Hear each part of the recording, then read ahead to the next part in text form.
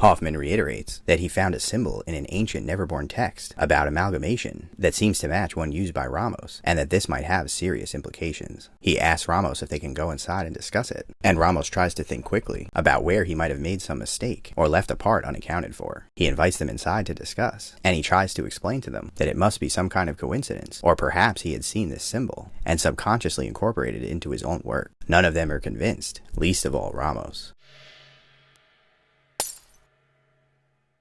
What's up everybody, Jeff here, and we're doing another episode of the Malifaux Lore Guide. If you're not familiar, in this series, I pick a master and summarize all of the lore that they've ever appeared in, so you can get their whole backstory in one place. This time, we're talking about Ramos, formerly of the Arcanists, and now of the Dead Man's Hand. So spoilers coming up for all of Ramos' stories, and there'll be a list in the description below of every story referenced so you can check them out for yourself. Don't forget to like and subscribe, it really helps keep the channel going. And with that, let's talk about Ramos.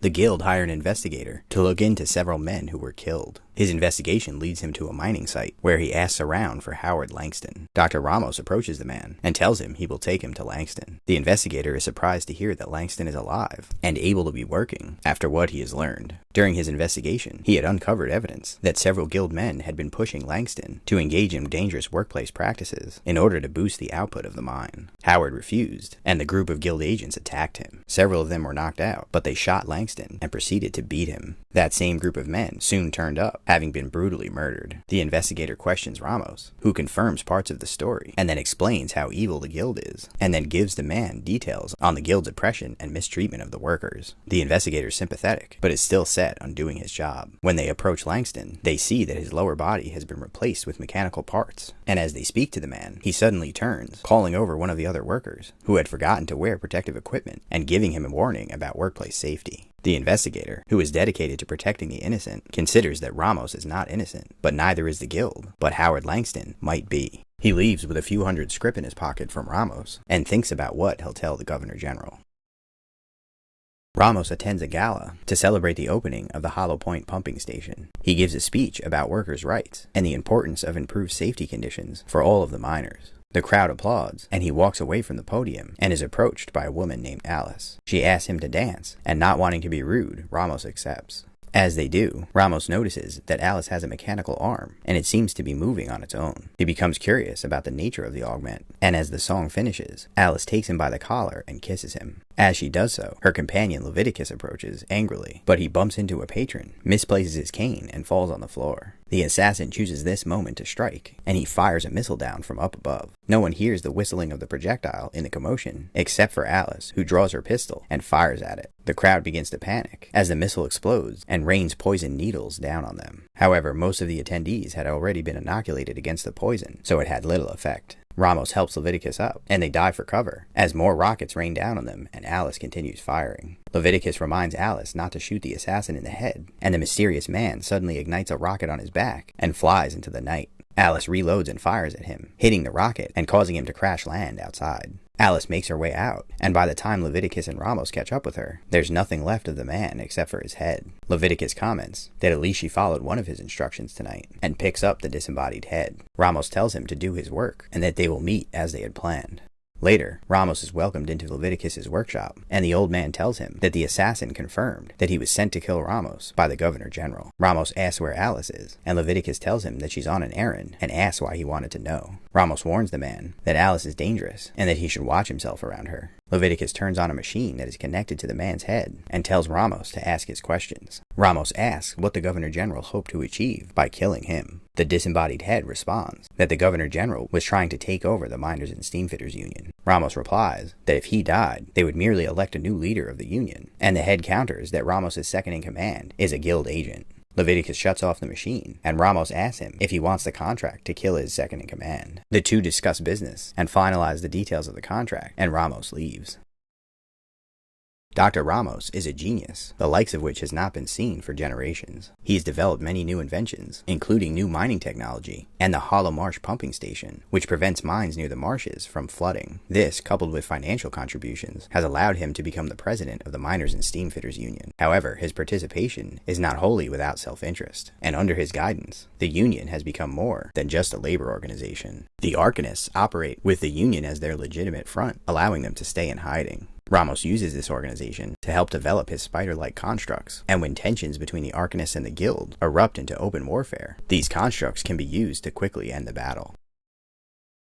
After Marcus and Miranda find Rasputina's body, unconscious in the forest after her fight with Lilith, Ramos meets them back at the Hollow Marsh pumping station and asks Marcus if he is sure that it was Lilith who attacked her. He and Miranda both confirm, and Miranda explains that the woman is a convict who drowned her own child and who recently broke a man named Philip Toomers out of the sanitarium and then killed him. Miranda explains that she has been awake and listening to them for a few minutes, and Rasputina opens her eyes as Miranda heals her wounds with a soulstone. Ramos explains to her that they found her in the forest and tells her that she was calling out the name December in her sleep. She tells them that December is a friend who passed, and then reaches up to check on her wounds. Miranda explains that she's healed, but that she's very lucky that Lilith didn't finish her off. Ramos leads her to his office, where she sees the plans for the Leviathan sitting on his desk. Before he moves them away, he notices her looking at his soulstones, and he picks one up and animates a construct to demonstrate their power. Rasputina asks how he did that, and he tells her that he will show her, as members of the Arcanists have free access to these stones. Rasputina considers this for a moment, and then tells him, "Show me." Ramos watches through his looking glass as Rasputina and the necromancer Seamus are captured by Lady Justice and Sonia Crid when Molly convinces them that they need to go to Kythera, an ancient ruin that is the source of necromantic magic and a portal through which unspeakable horrors could be led into the world. Ramos turns to his associate Joss and tells him to prep the Leviathan. Lady Justice, Sonia Crid, and their prisoners make their way to Kythera, and Rasputina takes an opportunity to slip her bondage and summon the tyrant December. He manifests himself as a hulking creature and easily swats away Lady Justice and Sonia, but is stopped by a mysterious swordswoman, Victoria, who wields the Masamune. Seamus uses the distraction to begin the process of opening Kythera, and a portal begins to form as the grave spirit tries to enter this world. Everyone present is helpless to stop it, but Ramos approaches in his Leviathan and begins firing his cannons. The creature is unfazed, but the structure takes damage, and soon the portal starts to collapse. Zoraida, Lilith, and Pandora watch through a magic portal as the ordeal at Kythera goes down. With the portal closed, they see everyone present disperse, and watch as Ramos retrieves Rasputina's unconscious body from the swamp. The women remark that their plan to defeat December was successful, but it would have been a catastrophe if it wasn't for Ramos. Ramos heads to the Star Theater and walks directly into the dressing room unannounced. The performers scramble to cover themselves, save for Cassandra, who approaches Ramos topless, greeting him warmly and offering him a hug. Ramos walks past her annoyed and approaches Colette. Her Coryphy stops tending to her and turns, sensing the intruder, baring its blades. Ramos waves his hand, and the Coryphy's head slumps, and its blades retract. Colette tells him that she lost one of her girls on the recent mission. Ramos replies that it doesn't matter, as their operations are suspended temporarily, since the guild has been ramping up security, but he adds that he can still come to check on his investments. Colette explains that they lost part of the shipment in the sewers, but it may be able to be recovered, and then she retrieves a bag of soulstones and hands them to him. Ramos begins inspecting them one at a time, and everyone in the room notices the particularly large and high-quality gems. He comes to one soulstone that doesn't shine as bright as the rest, and Colette asks him what it is. He motions for everyone to leave, and the room clears, leaving him alone with Colette. He tells the woman that this soulstone was developed at the Hollow Marsh station as part of Project Leviathan. Colette is surprised to hear that the Leviathan is real, and asks him why he hasn't destroyed the guild with such a powerful machine. Ramos holds the soulstone up by way of explanation, and Colette notices that it's cracked. He explains that even with all of their studies, they still don't know how or why soulstones work. This one was only able to power the Leviathan for a short period of time. He then tells her that she's a valued member of their organization, but that he fears she does not possess the mastery over her magical abilities that he normally expects. He hands her the soulstone and tells her that it's payment for her services. Cassandra suddenly re-enters the room, flanked by Joss, and tells Colette that the theater is full and the show will have to start soon. Ramos tells Joss to lead the other girls back inside. He whispers to Colette that there's a reason he chose her, and that he will need strong allies like her in the coming months. As he goes to leave, he turns back and adds that he's looking forward to the show tonight, and he expects that afterwards, Colette will return to the sewers to retrieve his shipment.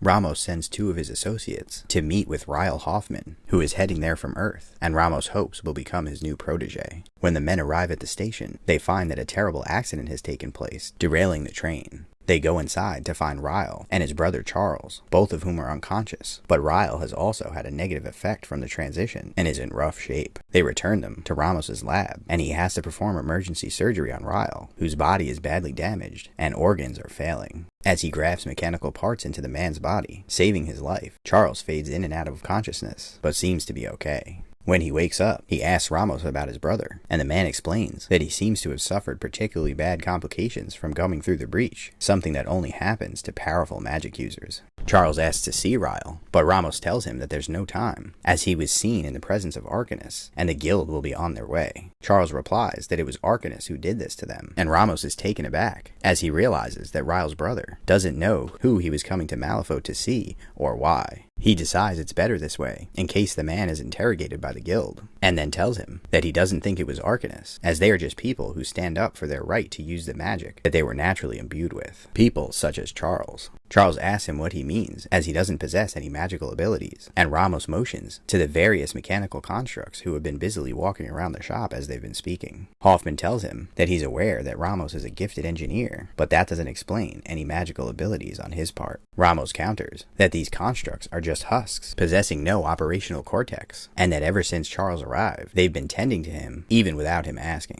Charles insists that he has no such ability, and Ramos tells him that he does now, and that many people's magical abilities don't manifest until they come through the breach, but they have more important things to worry about, and explains that he had to take drastic measures to save Ryle's life, the legality of which is questionable. Charles is speechless, and Ramos tells him that he'll need to be quick if he wants to save his brother, as the guild will be hunting them, and if they connect them to the Arcanists, they'll be locked up forever. He tells Charles that he can't be found here, and quickly whisks the man away to a safe house, where he is later found by the guild.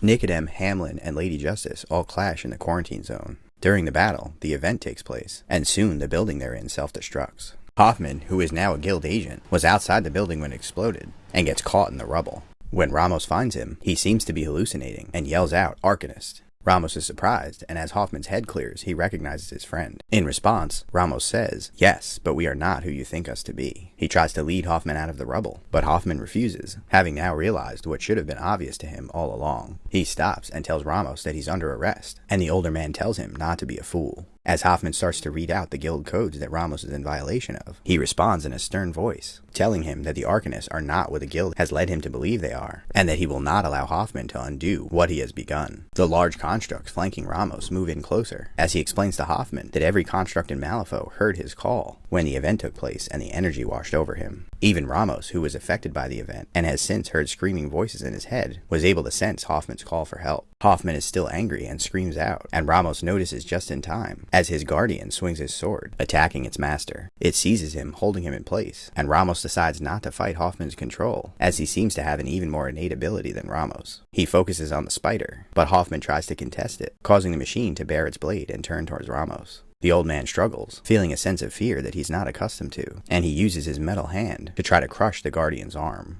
He does some damage, but the guardian does not release him, and just before the spider's blade would cut him, he's saved by Ryle, who leaps towards the spider, destroying its blade, and then turns to face Charles. Charles is clearly disgusted at the sight of his brother, and he starts to back away, and commands Ryle to stop, as his older brother advances towards him. Ryle reaches out and grabs him, calling him brother, and suddenly Charles closes his eyes, and seems to relive a memory from his past. When he wakes up, Ryle simply walks away, as Ramos is released from the guardian. Hoffman asks Ramos where he is going, and the old man replies, probably back to his lab. Hoffman asks why he wouldn't stay with him, and Ramos tells him that his brother is ashamed. Hoffman is relieved that his brother still has feelings, and he tells Ramos that he saw Ryle in his mind. Ramos explains that he was able to save his brother's body, but his humanity is outside his control. That will be up to Charles. Hoffman asks him how to do that, and Ramos says that he doesn't know, but that they can work on it together. He turns to leave, inviting Charles back to his lab, but the man stops and tells him they can't go, as Lady Justice and the judge are still trapped in the rubble.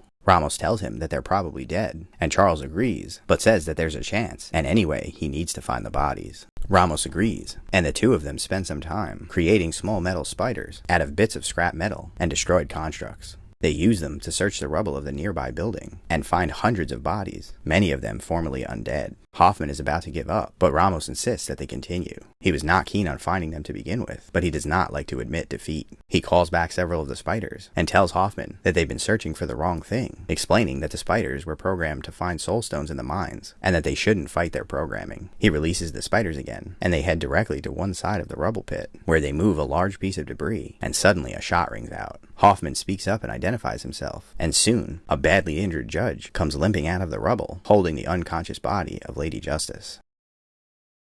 While performing research, Hoffman finds a symbol in an ancient Neverborn text about amalgamation that closely matches a symbol used by Ramos. He decides to confront the man, and on his way there he bumps into Lady Justice, who is escorted by Francisco and Santiago Ortega. Francisco tells him that they're going to confront Ramos, and that he should not try to stop them. As they all approach Ramos's office, crowds of miners watch their approach with suspicion. They find Ramos outside his front door, and he greets them all casually and offers them a cup of tea. Lady Justice demands that they go inside so that they can speak privately, away from all the gathered men. Ramos puts on a fake smile and tells her that they'll do their business right here. The 4 guild members stand in an intimidating line that would strike fear in almost anyone, but Ramos is too confident. Justice demands to know what he did to her, and Ramos replies that he saved her life at the behest of Mr. Hoffman. Justice shoots back that he wouldn't have done it without personal gain, and asks him if he expects a pardon. Ramos replies bluntly, yes, and adds that it's interesting that they came to confront him with members of the monster hunters and the head of the zombie hunters, but no witch hunters. Hoffman adds that he forgot about him, and Ramos replies that Hoffman's charter in the amalgamation department is a little less clear, but that he's confident they'll find that all of his work is in conformity with guild law.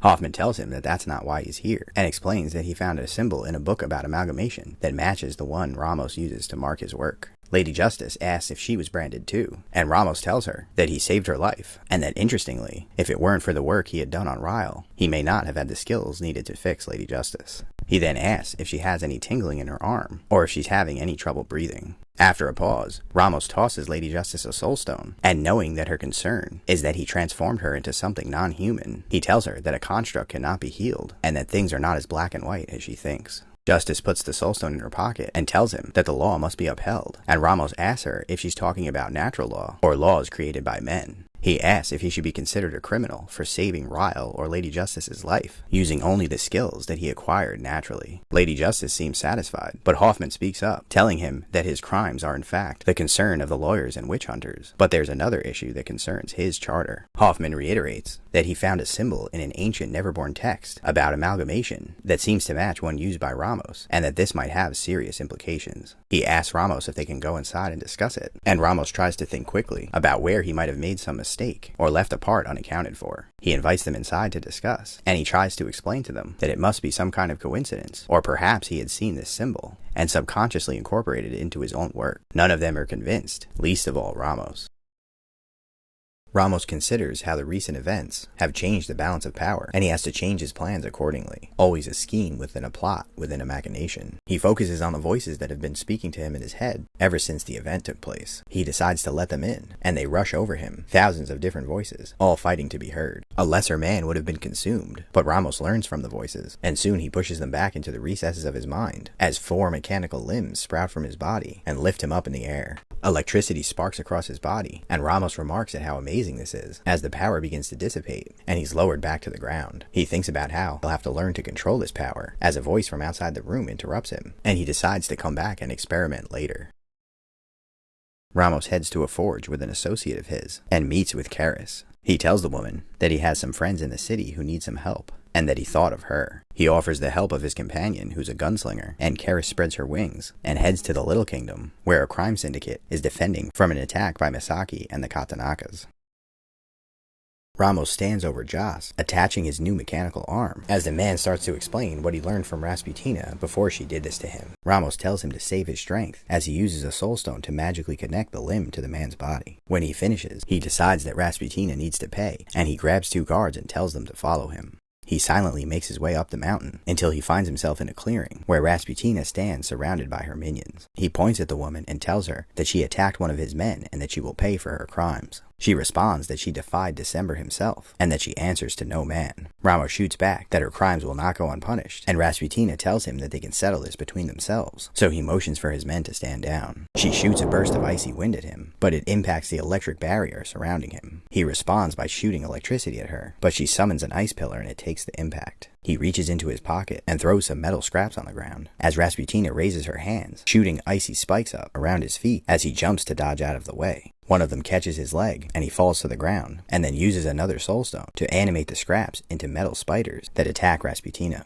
He looks around and notices all of her minions, poised for a fight, and realizes that he let his emotions take control, and that coming here was a bad idea. Rasputina shoots another icicle at him, but he easily rolls out of the way and stands up. He tells the woman that she was once a good ally, and that maybe they can end this, and Rasputina whispers to him that it is hard to control a cult of cannibals, and that a sacrifice will have to be made. She pushes him to the ground with a burst of wind, and as he gets up, he notices her nod at his men. Understanding the indication, he turns to walk away, and as he passes the guards, he shoots electricity at them, causing them to fall to the ground paralyzed. One of them begs for his life, telling Ramos that he has a family, and Ramos responds that he will fill out the paperwork, saying that the man died in the mines, and his family will be compensated by the Union. He walks away and hears Rasputina announce that there will be a victory feast. When he returns to the city, he goes to Joss, who is recovering consciousness, and tries moving his new arm. Ramos tells him that it'll take a while to get used to it, and Joss asks him about Rasputina. Ramos responds that the woman is unpredictable, but that she has found a way to fight what haunts her, and that it's possible they'll be able to cooperate in the future. Ramos watches on a screen as two operatives carry a bomb through the sewers of Malifaux. Ramos had personally sabotaged the locks and bribed the guild guards to make sure the Arcanists had access to this area, but these men were acting against Ramos's orders. He realizes that he can't let these men go through with their plan to decapitate the guild. After all, what would they do afterwards if the plan even worked? He looks over at his ethervox on the shelf and considers that this is exactly the type of situation he has it for. With a voice changer equipped, Ramos makes a call to Lucius Matheson. Acting on the anonymous tip, Lucius orders Hoffman to search the sewers for the bomb that was placed below a mansion where all of high society had gathered to celebrate Halloween. When Hoffman finds the bomb, he struggles to disable it, but finds that some of the parts are missing, and when its timer runs out, the bomb does not explode. The Governor General's plan to control the people of the city goes off without a hitch, and far away in the bayou, the effigies deliver small mechanical parts to their master, parts that belonged inside the bomb. Ramos meets with a mysterious hooded figure inside the Star Theater. The figure asks him if the package is ready, as they specified, and Ramos confirms, but adds that he is not accustomed to working with unknown parties. The figure replies, explaining that they wish to be unknown for the time being, but that they are on his side, which should be evidenced by the fact that the package will be used to kill Sonia Crid. Ramos points out that this is a mistake, as he believes that they are underestimating their adversary. The figure tells him that he will not be implicated, and asks if the substantial donation they made to his organization was sufficient. Ramos tells them that it's not about the money, and asks them to reconsider his offer of assistance, as together they would have a better chance of taking her down. The person tells him that this is something they have to do alone, as it's personal, but that he should keep an eye on the newspapers in the morning, and they then get up and leave. Ramos suspects that he'll find something interesting in the paper in the morning, but not what this person was thinking. Unbeknownst to Ramos, the woman goes off and lures Perdita, Lady Justice, and Sonia Crid to an abandoned building in the quarantine zone, where she plans to kill all three women. Her plan is not successful. When the Governor General's plot to ascend into tyranthood fails disastrously, Ramos suddenly groans in pain as mechanical limbs shoot out of his body at all angles. He finds that he's suddenly unable to control them, and each arm starts reaching for tools and pieces of scrap metal. They begin to form something, but Ramos is not sure what. After the Governor General's death, the guild blames the incident on the Arcanists and begins cracking down on the people. Ramos uses this as a political tool to emphasize how unfair their legal system is, and also ramps up his attacks against them. Always having multiple plans in place, he also continues his search for a new soulstone that would be able to power the Leviathan. He had always dismissed rumors of a soulstone geode, but recent reports had shown that it might actually exist. He decides to leave Tony Ironsides in charge of the Union and Karis in charge of the Arcanists, and he leaves for the 10 Peaks, where he hopes to find the geode that would allow him to revive the Leviathan and take over Malifaux City.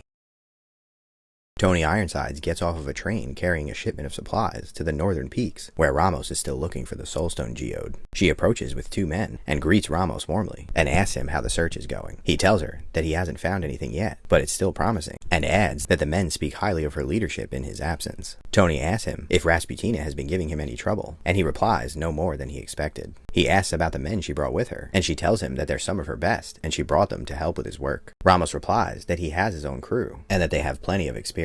Tony replies that her crew is better, and that they've all been vetted. Ramos knows that she wouldn't make this suggestion if there wasn't suspicion that some of his men have been compromised. He asks her about Sonia Crid, who had recently been injured, and she tells him that the woman is still healing, but that she's tenacious. She pleads with Ramos to take her men with him, and he accepts, and then tells her that he's got to get back to work. They shake hands, and as she walks away, she tells him to be careful out there.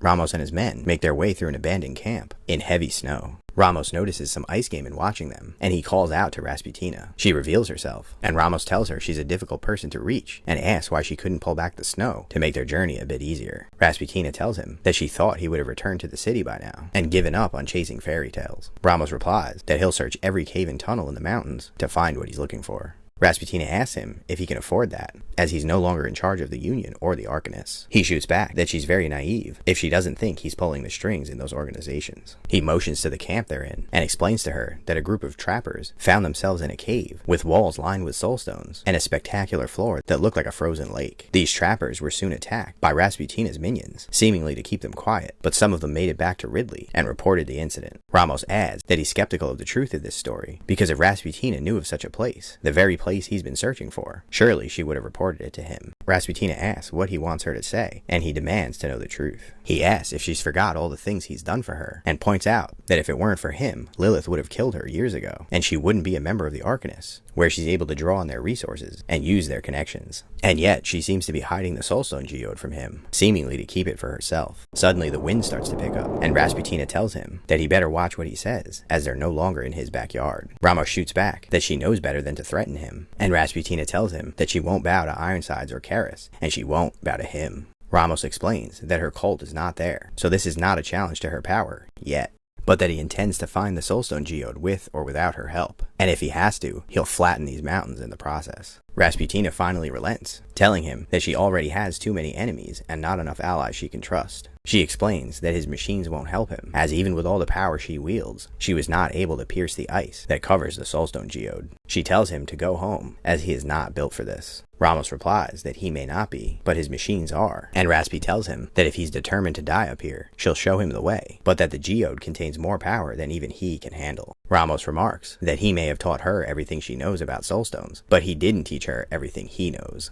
The walls inside the cave are lined with high-laid soulstones that would have made this journey worth it, if not for the horrible conditions. He can sense a huge and powerful soulstone beneath him, one that is powerful enough to fuel a whole city worth of constructs and his Leviathan. The workers struggle to pierce the ice, and Ramos gets impatient and demands to know why they haven't made any progress. One of the workers explains that the men are used to working in mines, not in the bitter cold, and that even their machines are breaking down and are unable to pierce or melt the ice. Ramos yells that he needs results, not excuses, and the men reluctantly return to work. Ramos is angry, mostly because he knows the men are right. He suddenly hears his name called out, and he turns to see Sonia Crid and her witchling stalkers. The men shudder in fear, but Ramos comments that he's surprised to see her here, as she doesn't seem like the type to vacation in the snow. Sonia shoots back that it's all business between the two of them, and declares that he's under arrest for terrorism with the Arcanists and a series of other crimes. Ramos explains that she won't arrest him, as these claims are all propaganda to tarnish his name and scare him, but she has no proof, and he does not scare easily.